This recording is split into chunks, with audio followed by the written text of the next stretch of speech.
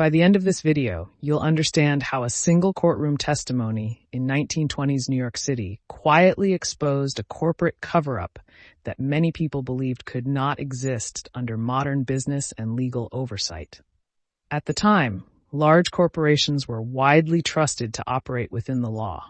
Regulation existed, courts functioned, public confidence in professional management was growing. But one sworn statement revealed that this trust rested on assumptions rather than verification. And once the testimony entered the public record, the belief that corporate misconduct would inevitably be exposed could no longer explain what had already been concealed. This is the story of how that belief failed. To understand why this moment mattered, it's necessary to understand what people believed about corporations in the 1920s. The decade was marked by rapid economic expansion. Large firms grew in size, influence, and visibility. Professional executives replaced founders. Legal departments expanded. Accounting systems became more complex. To the public, this structure suggested order and accountability. The belief was simple. Corporations might pursue profit aggressively, but they operated within clear legal boundaries. If wrongdoing occurred, it would be detected by regulators, by courts, or by public scrutiny. This belief was not controversial. It was reinforced by the visible presence of institutions designed to prevent abuse. The belief endured because it aligned with how corporate power appeared from the outside. Most people encountered corporations through products, advertisements, or employment, not internal records. Legal proceedings, when they occurred, followed formal procedures that projected fairness and control. Courts were seen as impartial. Testimony was sworn, documents were filed, outcomes appeared orderly. From this perspective, secrecy seemed unnecessary. If misconduct existed, the system would surface it. That assumption reduced uncertainty. It allowed trust without investigation. What strengthened the belief further was trust in process rather than transparency. People did not need to see inside corporate decision-making to believe it was lawful. They trusted that oversight mechanisms functioned automatically. This trust shifted responsibility away from scrutiny and toward assumption. As long as corporations complied publicly and legal systems remained intact, there was little reason to question what happened behind closed doors. The belief did not depend on evidence of honesty. It depended on confidence in procedure. Nothing in daily public life immediately challenged this belief. Corporations continued operating. Markets grew. Legal institutions functioned. The appearance of legitimacy remained intact. As long as outcomes seemed stable, the assumption held. The belief persisted not because it was repeatedly proven, but because nothing had yet forced it to be examined. That examination would come not through accusation or speculation, but through a single testimony that aligned scattered details into a record the system could no longer ignore. By the 1920s, large corporations had grown far beyond the scale of earlier businesses. Ownership was dispersed, management was layered, decision-making was separated from daily operations. This structure created distance between executives and workers, between decisions and outcomes. That distance mattered. When harm or misconduct occurred, it was rarely traceable to a single individual. Responsibility dissolved across departments, committees, and legal language. From the outside, this diffusion looked like professionalism. From the inside, it reduced personal accountability. The system appeared orderly precisely because its consequences were difficult to locate. Another reason the belief held was the increasing complexity of corporate operations. Contracts multiplied. Financial records expanded. Legal documentation became specialized and technical. Understanding how a corporation functioned required access, expertise, and time, resources most people did not have. Complexity acted as a barrier, not because information was always hidden, but because it was difficult to interpret. Irregularities could be explained as technical matters. Inconsistencies could be buried in routine paperwork. The system did not need secrecy alone. It relied on opacity. Public trust was reinforced by the role of the courtroom. Courts were seen as the final arbiter of truth. Proceedings followed formal rules. Witnesses swore oaths, judges presided, records were kept. This ritual projected reliability. Because courts existed, many assumed misconduct would eventually surface. That assumption reduced the perceived need for vigilance elsewhere. If wrongdoing occurred, it would be handled through established channels. The presence of legal process substituted for scrutiny. Trust shifted from outcomes to institutions. Media coverage further reinforced this trust. Newspapers relied heavily on official statements, filings, and court summaries. Corporate press releases and legal outcomes shaped reporting. Investigative access was limited, and challenges to official narratives required time and resources. As a result, the public encountered corporate behavior through curated information. When cases were settled quietly or resolved procedurally, they appeared concluded. The absence of scandal was interpreted as absence of wrongdoing. The belief endured because alternative accounts rarely reached a wide audience. Most importantly, doubt never concentrated. Concerns were scattered across complaints, documents, and private conversations. Each piece alone seemed insufficient. Without a unifying record, suspicion remained fragmented. Fragmented doubt is easy to dismiss. As long as no single moment connected these pieces, the belief remained intact. The system functioned. The courts operated. The public moved on. The belief that corporate misconduct could not persist under legal oversight held, not because it was examined carefully, but because it was never forced into focus. Before the courtroom testimony brought clarity, there were signs that something was wrong. Complaints surfaced from employees, competitors, and affected parties. These concerns pointed to irregular practices, unexplained decisions, and outcomes that did not align with official explanations. But each complaint stood alone. Without access to internal records or corroborating testimony, these accounts were treated as disputes rather than evidence. They were resolved quietly or dismissed as misunderstandings. Nothing connected them. Corporations in the 1920s produced extensive documentation. Contracts, correspondence, financial statements, and internal memos accumulated continuously. On their own, these documents appeared routine. Filed correctly and referenced properly, they did not raise immediate concern. But documentation without context rarely reveals intent. Discrepancies existed, timelines that didn't quite match, decisions that lacked clear justification. But without a narrative to frame them, these details remained inert. They were present, but unread. Some disputes never reached open court. They were settled privately, resolved through negotiation, closed without formal findings. These outcomes reduced visibility while preserving the appearance of compliance. Settlements did not signal wrongdoing. They signaled resolution. And resolution, in the absence of judgment, reinforced the belief that the system was functioning as intended. The key reason these details failed to challenge the belief was fragmentation. Each irregularity could be explained independently. One was attributed to a clerical error, another to business discretion, another to competitive conflict. Without a unifying account, none of these explanations appeared insufficient. The system did not collapse under scattered evidence. It absorbed it. Another overlooked detail was silence. Those with partial knowledge often had incentives not to speak openly. Legal risk, professional consequences, and uncertainty discouraged disclosure. Without assurance that speaking would change outcomes, silence felt safer. This silence was not coordinated.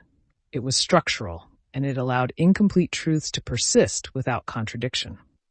By the time the case reached the courtroom, the pieces already existed. Documents were on file, complaints had been logged, settlements had occurred, decisions had been recorded. What was missing was not information. It was alignment. The belief remained intact because no single moment had yet assembled these fragments into a record that demanded explanation. That moment was approaching. The moment that shifted everything did not arrive with spectacle. The courtroom session was scheduled, orderly, and procedural. Cases moved through the docket as they always had. Lawyers presented arguments, clerks recorded statements. The setting suggested normal legal process, not revelation. Nothing about the day signaled that a long-standing belief was about to fail. When the witness took the stand, the testimony began plainly. The statements were not framed as accusations. They were factual descriptions of decisions, communications, and actions that had taken place over time. Names were mentioned. Dates were established. Processes were described. What made the testimony significant was not its tone, but its precision. Each statement connected to documents already on file. Each answer aligned with records that had previously appeared routine.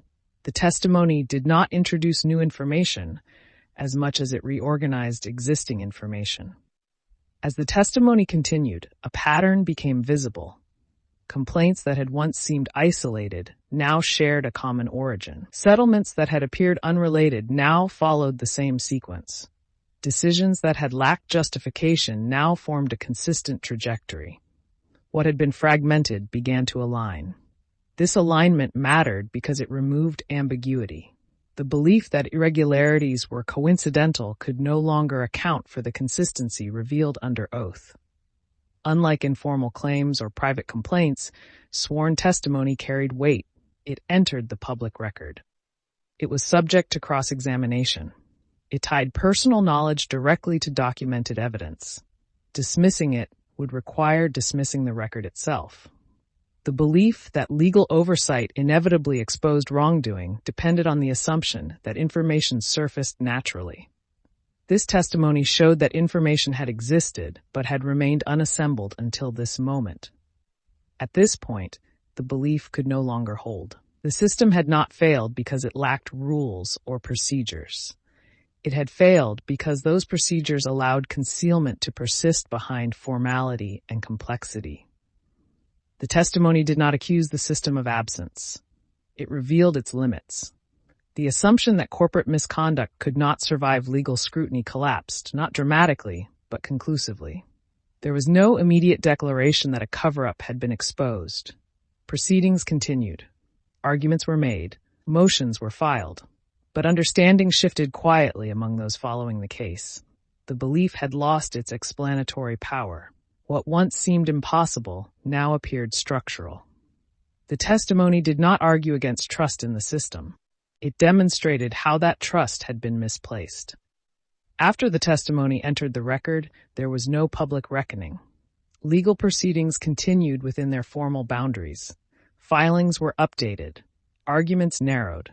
The language used by corporate representatives avoided broader conclusions, emphasizing technicalities and procedural scope. From the outside, the system appeared to be functioning as designed, but the meaning of the case had changed. One of the earliest consequences was an effort to contain exposure. Lawyers sought to define the testimony as narrowly as possible. Relevance was challenged.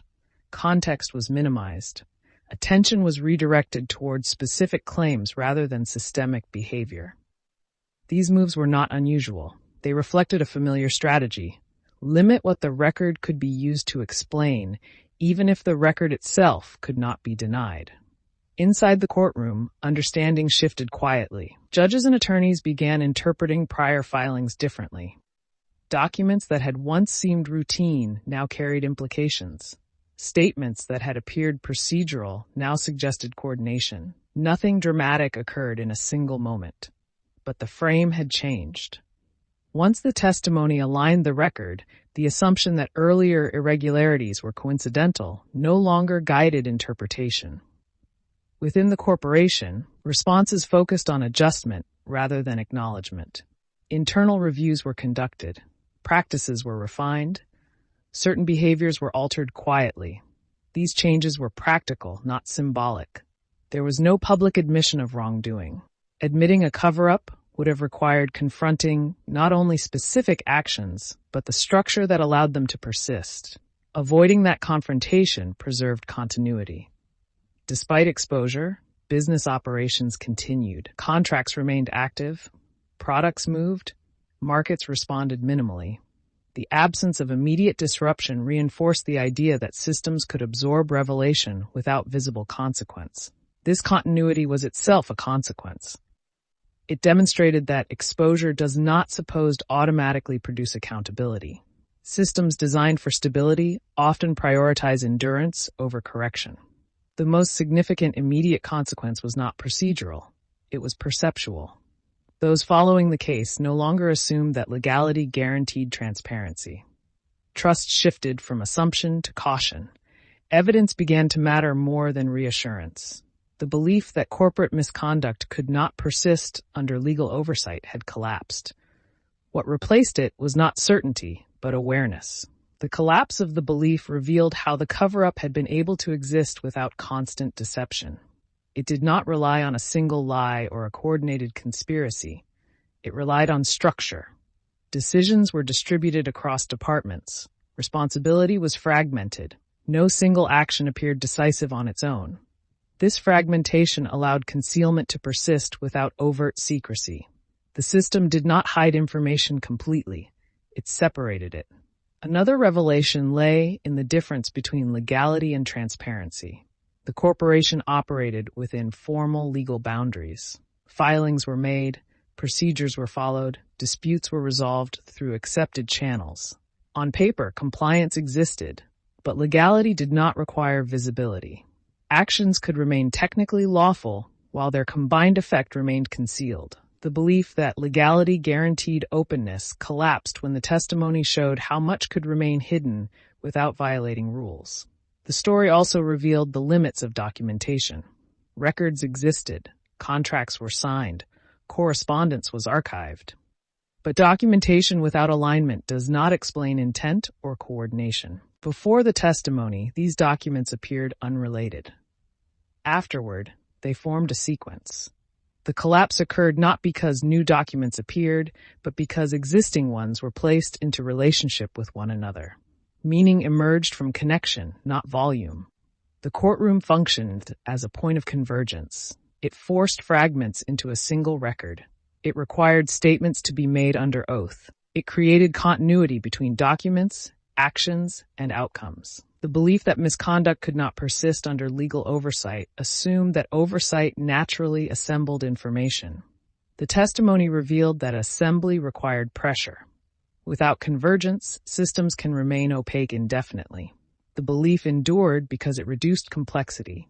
Trusting that courts and regulation would inevitably expose wrongdoing allowed individuals to disengage from scrutiny. It replaced investigation with assumption. As long as systems appeared orderly, the belief felt justified. The collapse revealed that order can coexist with concealment, and that belief systems often persist, not because they are tested, but because they simplify uncertainty. Finally, the story revealed a broader pattern. Beliefs tied to institutional trust collapse, not through accusation, but through alignment. When fragments are forced into coherence, explanations that once felt sufficient fail all at once. The testimony did not introduce chaos. It introduced clarity, and clarity is often what belief systems are least prepared to absorb. After the testimony exposed the limits of corporate transparency, life beyond the courtroom continued largely unchanged. Businesses operated, markets moved, legal proceedings advanced through their remaining steps. There was no dramatic turning point that signaled a new era of accountability. From the outside, the system appeared stable, but the belief that legal oversight alone prevented concealment had already lost its place. There was no broad admission that a cover-up had existed. No public statement reframed past assurances. No official correction explained how the concealment had persisted. The record absorbed the testimony without forcing a wider reckoning. This absence mattered. By avoiding acknowledgement, the system preserved continuity. It allowed correction without confrontation, adjustment without admission. The belief did not end with explanation. It ended with silence. Among those who followed the case closely, understanding shifted in subtle ways. Future claims were read differently. Corporate statements were interpreted with greater caution.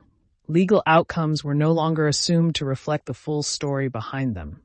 The lesson did not become common knowledge. It became professional instinct. This story matters not because it revealed a single corporate failure, but because it exposed how belief in institutional transparency can persist without evidence. The cover-up survived not through deception alone, but through fragmentation, formality, and trust in process. It collapsed only when testimony forced those fragments into alignment. No accusation achieved this. No investigation alone achieved it.